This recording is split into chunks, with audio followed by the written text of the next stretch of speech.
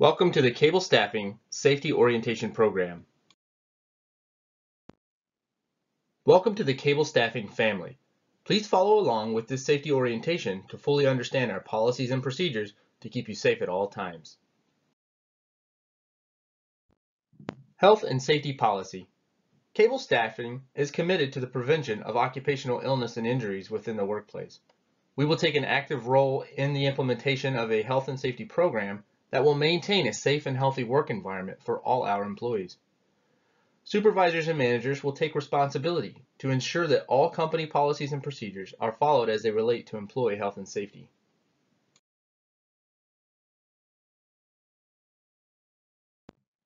All employees are required to abide by all safety and health rules and policies to ensure that safe and healthy work conditions are maintained within their assigned areas.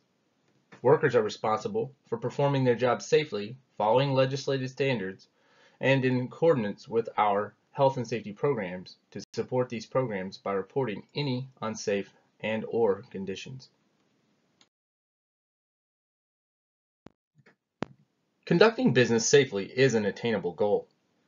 The key to success lies in the willingness of every individual to recognize his or her responsibility and actively support the prevention of accidents or occupational illness and/or injuries, including those that may involve visitors, contractors, or their employees.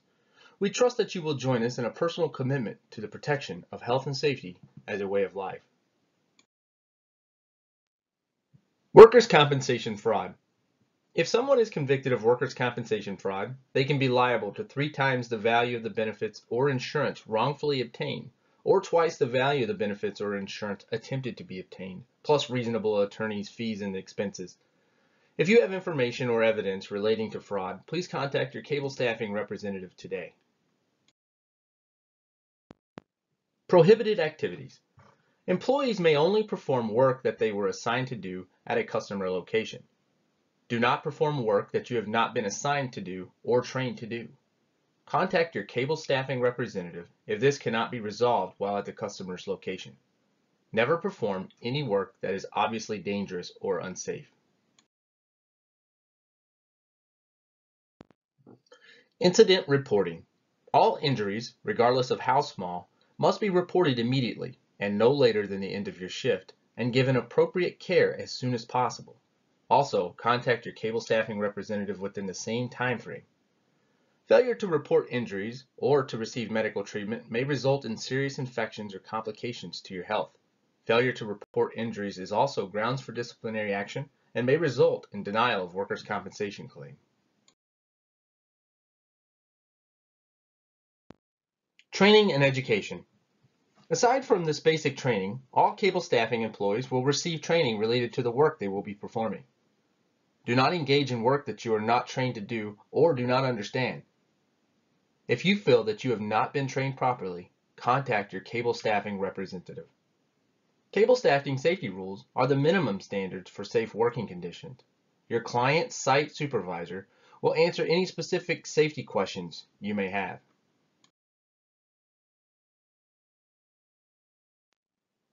Work habits. It is mandatory that you know and follow all safety regulations for your work assignment. Before starting any task, make sure you know exactly what is to be done and how to do it safely. Be sure you perform your task in a manner that protects you and others. Let your supervisor know if you feel you do not have adequate safety protection knowledge in any work activity. Make sure all tools and equipment are in proper working order. Do not fix or repair anything yourself unless you are requested by your site supervisor, trained, and authorized to do so.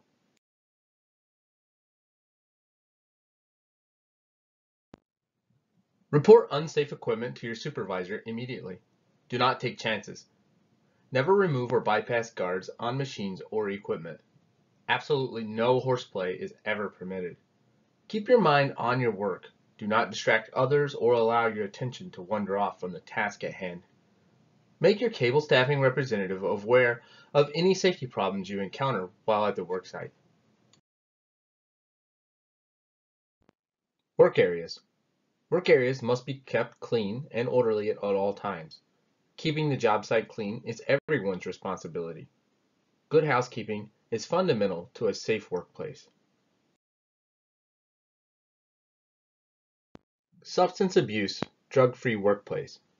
Kable Staffing is committed at all levels to providing a safe workplace for our employees. The use of alcohol and drugs on the job negatively affects the productivity, the safety, and stability of the workplace. Employees are expected and required to report to work on time and in an appropriate mental and physical condition for work. It is our intent and obligation to provide a drug-free, healthful, safe, and secure work environment. Kable Staffing prohibits on-the-job use of illegal drugs or alcohol, coming to work under the influence, and possessing or distributing drugs on company premises. Violations of this policy will result in disciplinary action up to and including discharge. Employees are encouraged to seek assistance from community resources on a voluntary basis for substance abuse-related problems. All employees that experience a work-related injury will be asked to have a post-incident drug and/or alcohol test conducted. Failure to comply will result in termination.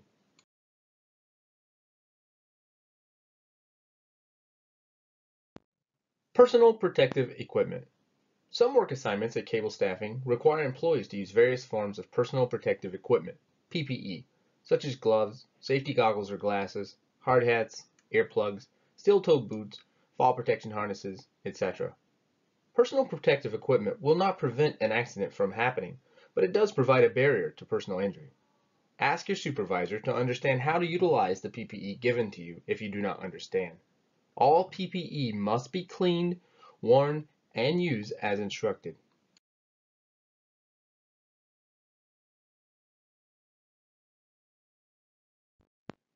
Respirators. For your protection and to meet OSHA requirements, no employee may accept an assignment that requires respirator use until they've completed a medical evaluation form or a physical with a physician.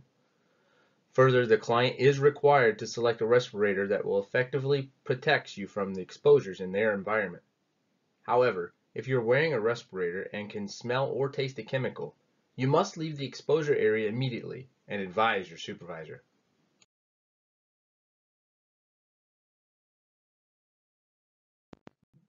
Hearing protection.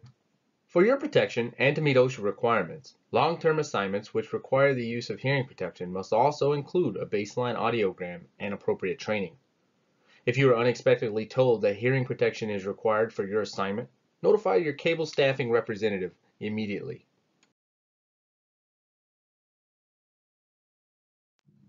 Lifting, carrying, pushing, and pulling.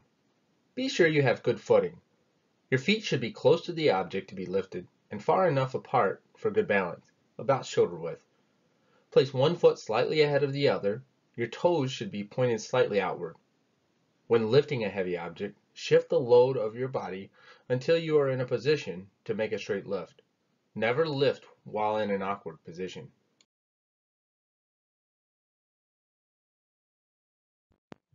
When making a lift from the floor, keep your arms as straight as practical, bend your knees, and then lift with the powerful muscles of your legs. Remove greasy substances from hands before attempting to lift. Get a good handhold. If you have to change direction, do not twist your body. To turn, move only your legs and feet. To set down the object, reverse the lifting procedure. With back straight, bend knees and go down to the crouching position. If it is necessary to lift from an elevation such as a bench, table, or shelf, bring the object as close to your body as possible and keep your back straight as you lift with your legs.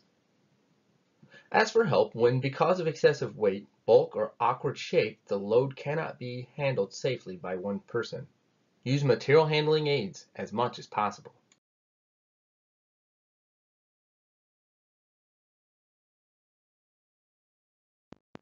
Machinery safety. Do not operate any machinery without proper authorization, training, and instruction. It is the client's supervisor's responsibility to make certain that each employee knows and understands the proper operation of the machine as well as any potential hazards involved.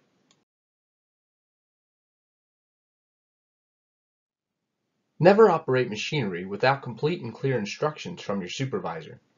If you have any questions or doubts whatsoever about the hazards or operation of any machine, Do not operate it until your supervisor has answered your questions. Since machine-related accidents are often very serious, any written rules or supervisor's directions, which are not explicitly followed, will result in strong disciplinary action and/or dismissal.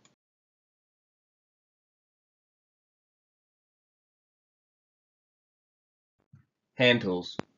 Inspect all hand and power tools before use daily. Be sure all tools are in proper working condition and that all safety guards are present. Additionally, a thorough inspection must be made of the electrical cord and its components. Do not use any tool without proper training, instruction, and authorization. Keep tools in good condition. Use, maintain, and store power tools according to the manufacturer's instructions.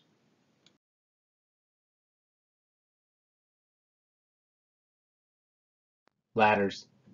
Cable staffing employees are not allowed on scaffolds or ladders more than 10 feet above ground level unless prior approval is obtained from cable staffing. If you were not specifically advised that your assignment would require you to work on ladders or scaffolding, please call your cable staffing representative immediately.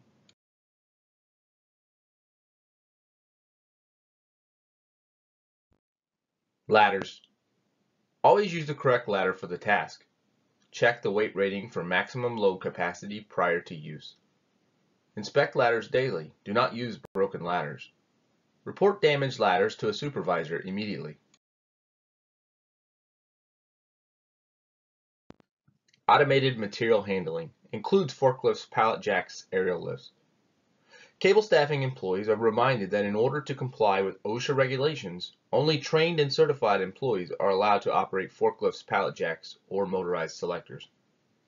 If you have not been trained and authorized, you cannot operate this type of equipment.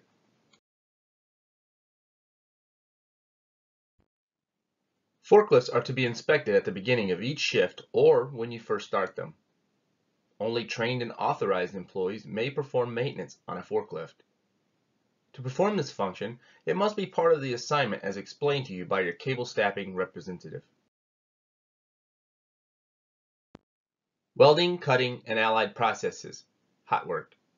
Hot work is any activity that creates heat, flames, sparks, or smoke, such as gas or arc welding, cutting, grinding, brazing, or riveting.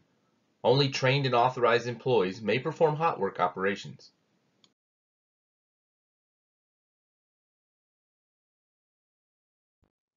OSHA requires authorization by the client supervisor, in some cases a written permit, before hot work operations begin. The permit will outline job-specific hazards, safety precautions, and PPE needed for the job. If you have any questions concerning job procedures, ask your client supervisor before beginning. You must be fully trained in welding, cutting, or any other hot work areas prior to commencing these practices.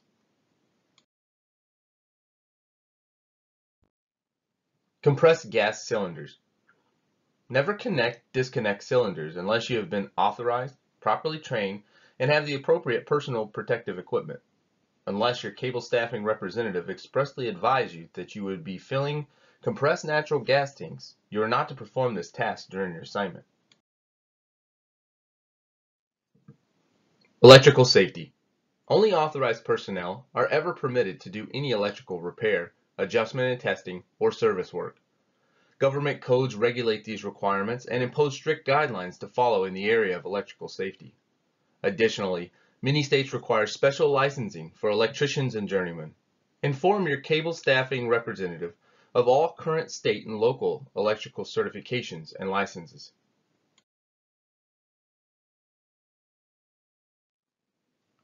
Lockout-tagout is the process of blocking the flow of energy to equipment during maintenance and repair. Once the power is off, a lock and tag are placed on the power source to prevent it from being turned on while the work is being performed. Any cable staffing employee requested to perform repair or maintenance on equipment or tools at a job site must first receive training and a lock from the client, as well as the authorization from your designated cable staffing representative. OSHA has established minimum standards that apply towards the protection of all employees at a facility where the lockout-tagout procedure is in use. When a lockout procedure is in action, there are three identifiable groups. Authorized. If you are involved in any way in the lockout procedure, you must get training from your client supervisor. Each lockout will have its own hazards based on the energy source that is being brought to zero energy state. You also must have your own lock anytime you have any risk from re-energizing. Affected. These employees are not involved in the lockout but are somehow affected. Employees of affected are line stoppage and altered travel routes. Each affected person must be notified on the onset and conclusion of a lockout. The conclusion notification must take place prior to energizing. Others. These are people who have no effect from and often no knowledge of the lockout procedure currently operating. It is important for your safety and the safety of those around you that you know these groups and your position, responsibility when involved in a lockout tagout procedure. It is your responsibility to request specific training and instruction from your client supervisor each time you fall within authorized or affected category. Lockout procedures must be reviewed after successful lockout tagout training and prior to the procedure. Fire protection. Fire classifications. Become familiar with the 4 classes of fire. Every fire extinguisher is marked for the fire it is designed to fight. You must use the right type of extinguisher for the correct type of fire. A Class A fire is a fire involving common combustibles such as wood, paper, cloth, rubber, trash, and plastics. A Class B fire is a fire involving ordinary flammable or combustible liquids, flammable gases, greases, and similar materials such as gasoline, oil, paint, and natural and propane gases. A Class C fire is a fire that is usually a Class A or B fire, but also involves electrical energized equipment. Wiring and electrical appliances are also in this class. A Class D fire is a fire involving certain combustible metals such as magnesium, sodium, potassium, etc. The thought of using fire extinguishers seems easy and logical in an emergency. However, there is a required technique for proper use of an extinguisher. As such, you may not use a fire extinguisher if you have not had the fire extinguisher training. Only trained and authorized employees may use fire extinguishers. Employees must inform their Kable staffing representative of client requests to use fire extinguishers. Learn the evacuation routes and gathering sites for each assignment facility. Chemicals and hazardous materials. The Hazardous Communication (HAZCOM) or Employee Right to Know regulations require all employers to advise their employees of the presence of any hazardous materials being used in the workplace. Safety data sheets. All employees must have available to them safety data sheets on every chemical in the work area. It is important to know how to read a safety data sheet because this document explains safety information about chemicals in the work environment.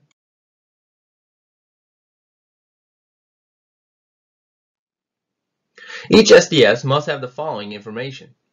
Section 1, Identification of the substance or mixture and the supplier. This will include GHS product identifier, recommended uses, supplier details, and emergency phone numbers.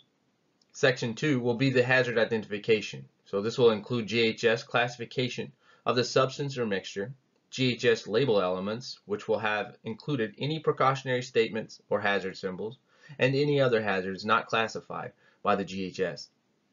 Section 3, the composition and ingredients. This will include chemical identity, common name, synonyms, CAS number, impurities, stabilizers, concentration or concentration ranges.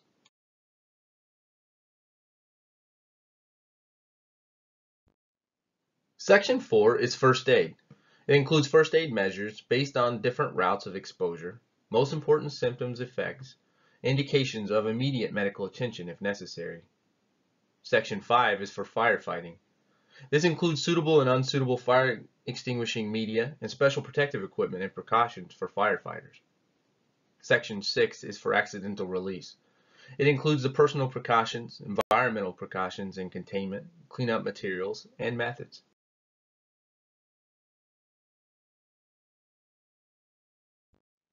Section 7 is handling and storage. This will include the precautions for safe handling and conditions for safe storage. Section 8 is exposure controls. This will have control parameters, engineering controls, and individual protective measures such as PPE. Section 9 is physical and chemical properties. This will include properties about the material, examples given, the state, the appearance, odor, pH, flash point, vapor density, etc. Section 10 is the stability and reactivity.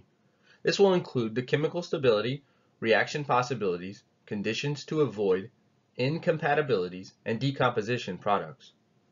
Section 11 is the toxicological information. This includes likely routes of exposure, symptoms associated with physical, chemical, and toxicological characteristics, and numerical measures of toxicity. Section 12 is the ecological information. This includes aquatic and soil toxicity, persistence and degradability, and bioaccumulation potential. Section 13 is the disposal, which includes recommended disposal methods.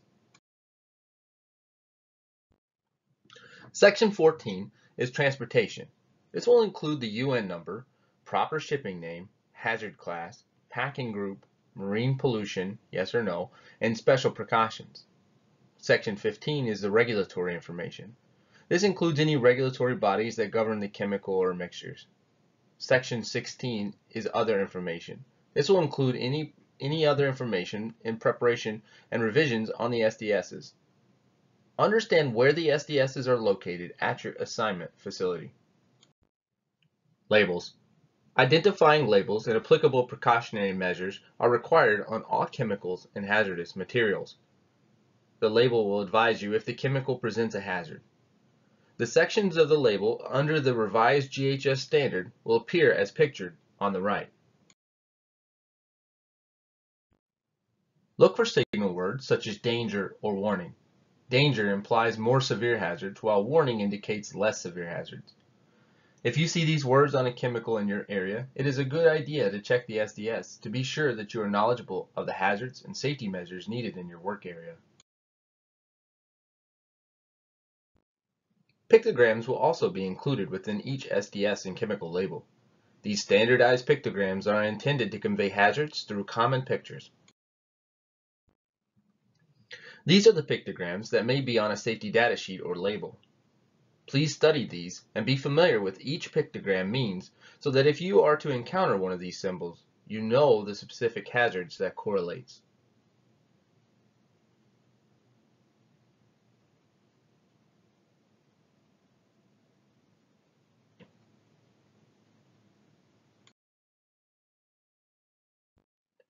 Many labels also use the NFPA identification, which is in combination of colors and numbers identifying hazards.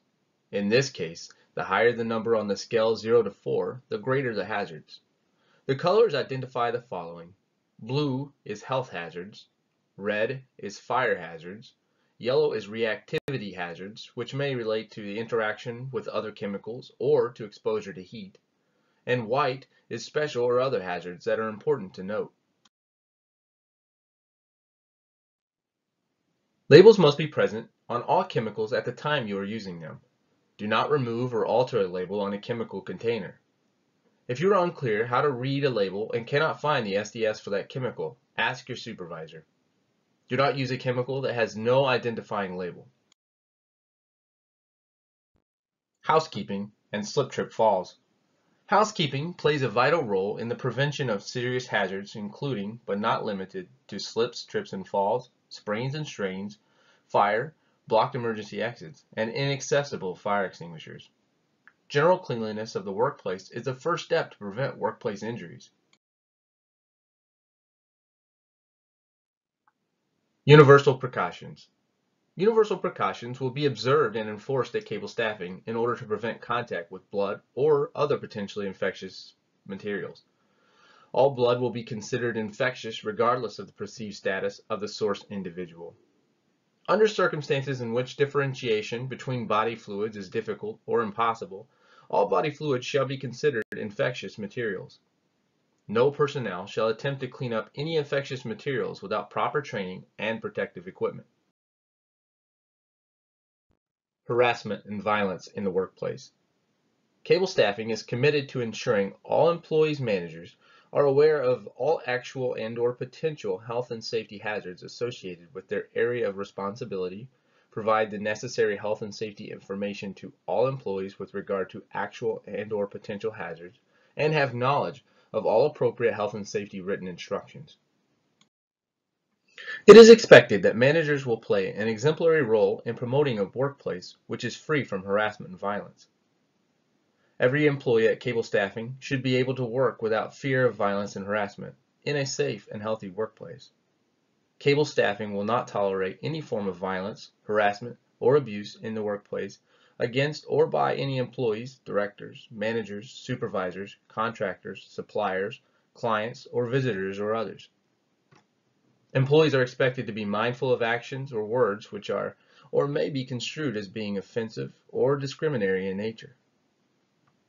These include, but are not limited to, ethical, racial, religious, and sexual slurs and jokes, remarks which may be humiliate or offend persons with disabilities, and unsolicited and unwelcome gestures or physical contacts of a sexual nature.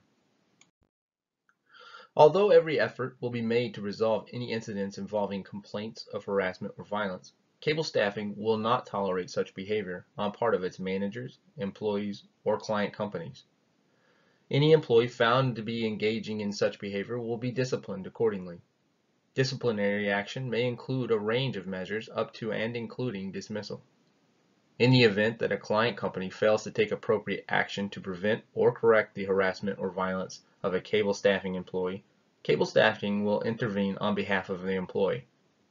If such intervention is not successful in stopping the harassment, Kable Staffing may terminate the assignment with the client company.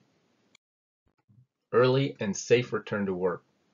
Every reasonable effort will be made to accommodate the individual restrictions and limitations of each employee during their rehabilitation and recovery period. The employee will contact their manager and supervisor immediately and no later than the end of the shift if an injury or illness occurs that may require medical attention or result in the employee's reduced ability to work. Employees will be offered modified work when available to start the next scheduled shift. A written modified work order will be given to the employee and a copy will be faxed to the insurer organization. It should be noted that the confidentiality of the employee's diagnosis and other personal health information will be maintained at all times. Employees will be required to submit doctor's notes and accompanying paperwork to Kable Staffing after any visit to a doctor's office that requires medical treatment or is related to a work-related injury. Safety orientation. At this point, you will be asked to take a quiz to demonstrate that you understand the safety rules discussed in this orientation. A written copy of the general rules and other Kable Staffing policies will also be provided to you as a reference. Thank you for watching this safety orientation. Your safety means everything to us. Remember, plan safe, think safe, work safe, go home safe.